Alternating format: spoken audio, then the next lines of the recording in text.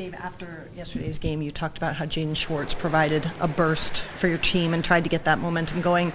If he plays tomorrow, it's going to be his 100th postseason game. Just what has he meant to your club, particularly in the playoffs? Well, you can look back on the history of his playoff performances, and you see what kind of a impact player he is. He's obviously been an important guy, no matter what team he's been on. He has that ability to elevate to the to the intensity of of the moment, the intensity of the playoff level. And he did his best to do that last night, and drag us along. It wasn't quite enough. With Grubauer, and I know it wasn't all him last night, but how confident are you that he's going to bounce back? I don't know. I don't know that there's really a bad goal there. Right? So, I mean, there's different situations why you make a change. Gruby's been rock solid for us. He's been better than rock solid. So, we wanted to get Jonesy in there. The score was stretched out. Good opportunity to get Gruby out and get Jonesy some minutes. So, yeah, we've got all the confidence in the world in Gruby.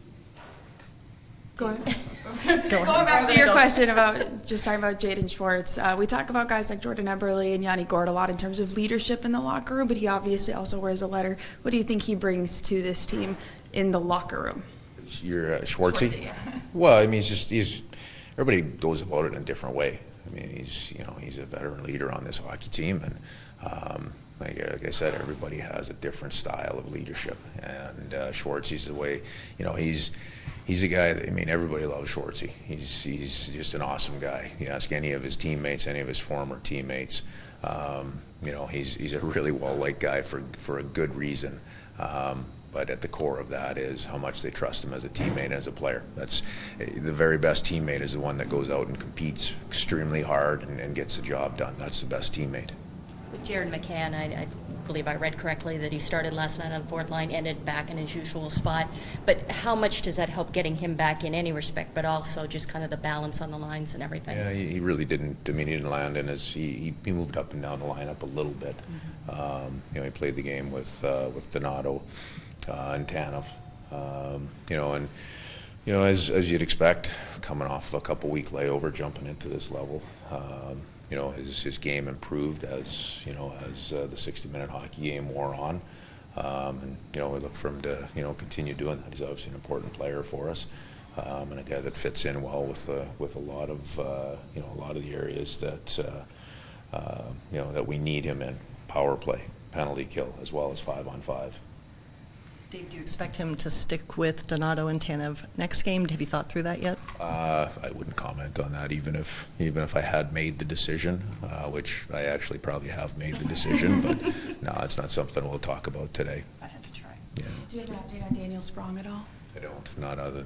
Same as yesterday. Dave, you mentioned the score being stretched last game. If someone didn't watch the games and just looked at the box scores, each team has a big second period. Each team builds out a big lead and goes on to win the game. Do you see each side making adjustments? Are the games closer than maybe the scores are reflecting in your mind?